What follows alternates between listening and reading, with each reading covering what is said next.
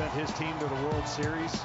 He's one win, and in this case, one swing perhaps, from the World Series. Harper hits one in the air, left center field, back it goes! Harper, the swing of his life! It is bedlam at the bank as Bryce Harper has put the Phillies on top! His 10th career home run in the postseason, and he may never hit a bigger one! Worth every penny of that contract, just for that. Back-to-back one-out walks issued by Robertson. That will do it for Robertson. And Suarez will try to make his name one of those names you talk about. A starter coming into the game that locks up. And they have knocked out the Padres 4 games. Go on to the Super Bowl before falling to the Rams. Off to a great start here as we begin the second quarter. Burrow on a 1st and 10, going to loft it down the sideline. Chase has it, and he's in. Touchdown, Cincinnati. What a day for Philadelphia Phillies. Bryce Harper, it was one of those things that was going back and forth, and the scene, it was like a twilight kind of rainfall, and my goodness, it just looked cool. And for Bryce Harper, it's one of those things you're like, it was so clear he was going to hit a home run, and then he just did. It was amazing. Opposite field home run, Bryce Harper propels the Phillies. They win the series 5-1. This is interesting to see. Daily Sports Podcast, news, narratives, takes, gambling. I am Nick. Like, rate, review, subscribe.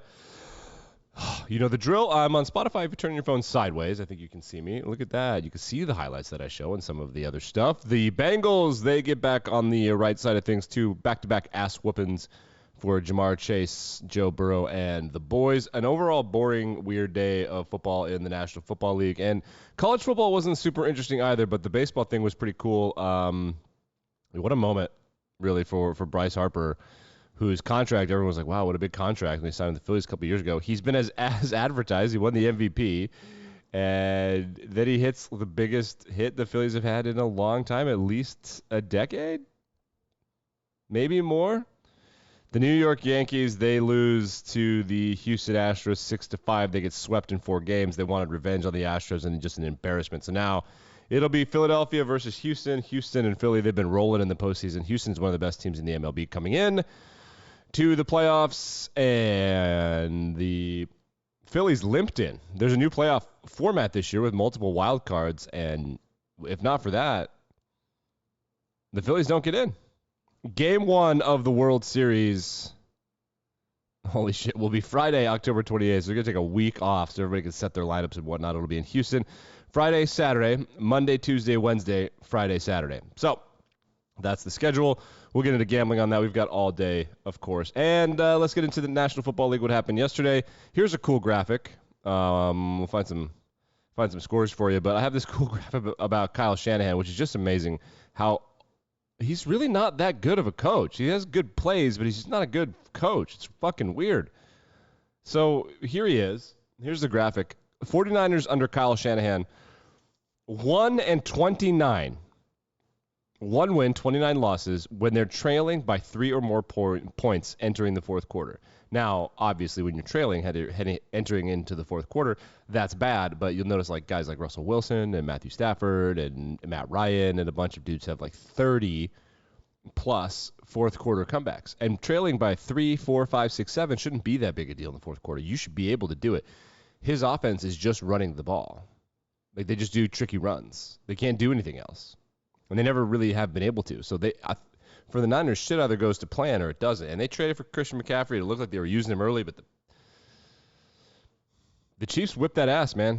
I mean, I don't know how else to say it. The Chiefs win 44-23. It was much closer than that for the majority of the game, but then the Chiefs pulled away late. Other interesting things going on around the NFL. The Giants and the Jets continue to roll. The Giants beat the Jags on the last play of the game. I think we actually have that pulled up. Let's find it. Wait. Let's watch the highlight. I know it's here. Yeah, let's hear. Here it is. Last play of the game. So the situation is 3rd and 10 from the 17-yard line. It's 23-17. 7 seconds to go in the game. And here's Trevor Lawrence. Look at this. The throw. Catches it at the 1. Can't drive his way in. And if you watch the defense, look at they all know where the goal line is, right? They know that he catches it. They all converge. Look at this line of Giants right here. See him? Yep. Good D, good game. Kind of a weird game. The Jags got to figure it out. The Jags and the Lions are still the Jags and the Lions, it turns out. The Detroit Lions lose to Dallas. They got screwed a little bit by the refs, and they fumbled going into the end zone. It is what it is. The Colts suck. I told you that the Colts would suck. I guess at least for Jags and Lions fans. Those fans kind of had expectations, but the Packers, the Colts, the Broncos, the Chargers, they all had real expectations heading into this year, and they all lost again. The Commanders beat the Packers 21-23. The Titans beat the Colts. The Titans have now won 4 or 5 or 6 in a row against the Colts, something like that. The Jets go on the road and beat the Broncos. They didn't have Russell Wilson. It is unclear whether or not that is an advantage or disadvantage for the Denver Broncos, but the Jets lost their star running back, Bryce Hall. Everyone suspects it's a torn ACL, which is a disaster. That sucks a lot. The Chargers suck. I told you they suck. They're 4-3, but they suck. You know what I mean? It's one of those kind of situations. And on Sunday Night Football, the Dolphins have beat the Steelers 16-10, and now the defense rules the day. The teams that are really good have running backs that can run the ball. The teams that are scoring points have running backs that can run football. That's it. Josh Jacobs for the Raiders. He looked really good. Here's your whole rundown of scores on the Google machine. There's no real storylines for me other than the Jets and the Giants. Is this really fucking happening? The NFC East is bananas right now. So the Eagles are undefeated and by far the best team in football in terms of record and who they beat and whatnot. The NFC East then breaks down as follows: 6-0 Eagles, 6-1 Giants, 5-2 Cowboys, 3-4 Commanders. One of the Cowboys' losses is to the Eagles. It's legitimately crazy. For comparison, the Vikings are 5-1. Then the Packers, Bears, and Lions all suck. They combined have 6 wins. 2 teams in the NFC East have 6 wins. The Detroit Football Lions would be drafting first if the NFL draft were held today.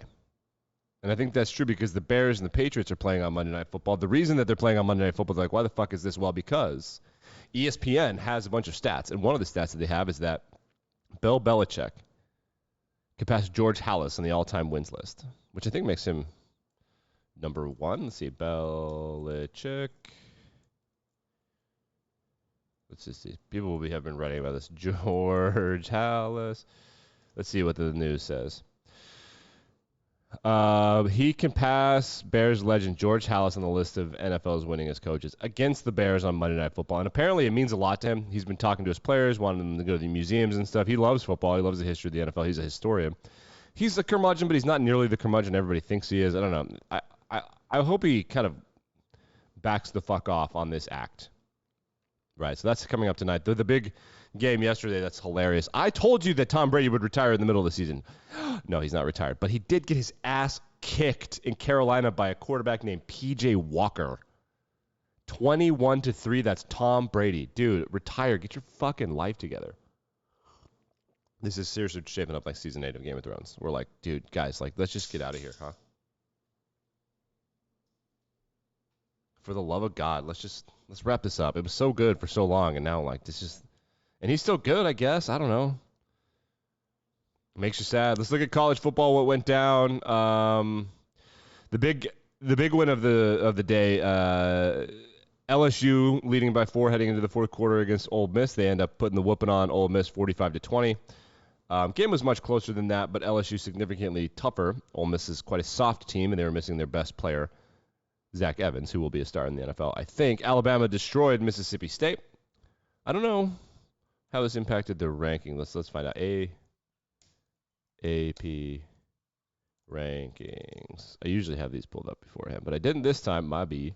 Georgia's back to being number 1. Let's see what we got. Georgia, Ohio State, Tennessee, Michigan, Clemson, Alabama, TCU, Oregon, Oklahoma State, USC, Wake Forest is in the top 10. What's up? UCLA, they lose on the road to Oregon, got destroyed. Penn State is number 13. Penn State's ranked higher than Ole Miss. What are we doing? Syracuse got screwed by the refs against Clemson. I don't have that, but there's a DPA. They got absolutely hosed. And now you look at Clemson's schedule, it's unlikely that they'll lose the rest of the way. So you can go and pencil them in the college football playoff, I think, even though they're not as good as they've been in the past. But that's true for every team this year. No team is really that scary. Penn State, Utah, Ole Miss, Syracuse, Illinois, 6-1 Illinois. LSU is back ranked. LSU, Kentucky, Cincinnati, North Carolina's 1 loss to Notre Dame. Hilarious. Kansas State, Tulane. They're 7-1. Others receiving votes. Texas, who got screwed on the road by Oklahoma State. Just kidding. They actually suck. And then nobody else receives. A couple teams have like 1 vote. So we know who's good. South Carolina's ranked. Wow, 6-2. Look at the SEC. Wow. TCU is pretty good. They're undefeated. So pay attention to that. Wake Forest dominates Boston College. They're good. They're a good program too. The only loss is to Clemson. Otherwise, they'd be what, number 4? Penn State gets right. They destroyed Minnesota. I thought that Minnesota would be the team that was good. So I said Syracuse, Minnesota, and now back to Syracuse. I told you. God, just trust myself. I don't know why I ever don't trust myself. You people. You people. LeBron James is back at it. Let's watch this clip. This is hilarious. So let's just watch what LeBron thinks is a good shot. Here's the rebound. That's LeBron James with the ball right now. And remember, that's a rebound, so the clock resets. He's got 14 seconds to shoot, so he should pass and run a play. What he does is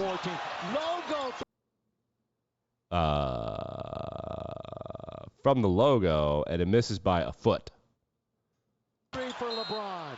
A logo 3, and it didn't draw iron.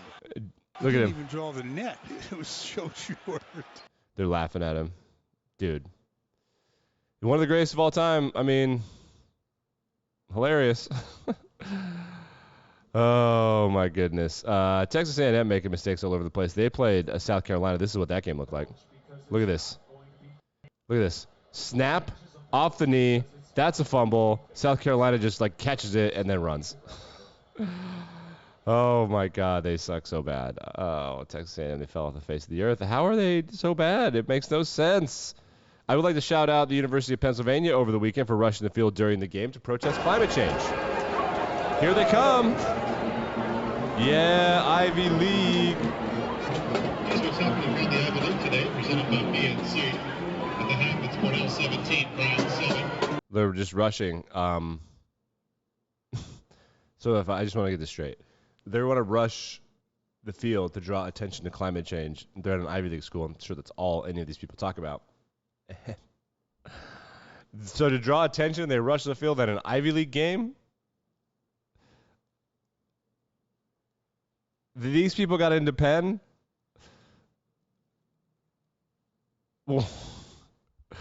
I'll get you out of here on this. Monday Night Football tonight, the Patriots are favored. I don't know what they're favored by, but it's not enough. The Patriots will cover. I'm sure unless it's 10, I would bet the Patriots. If it's 8.5, bet the Patriots. They're going to destroy the Bears.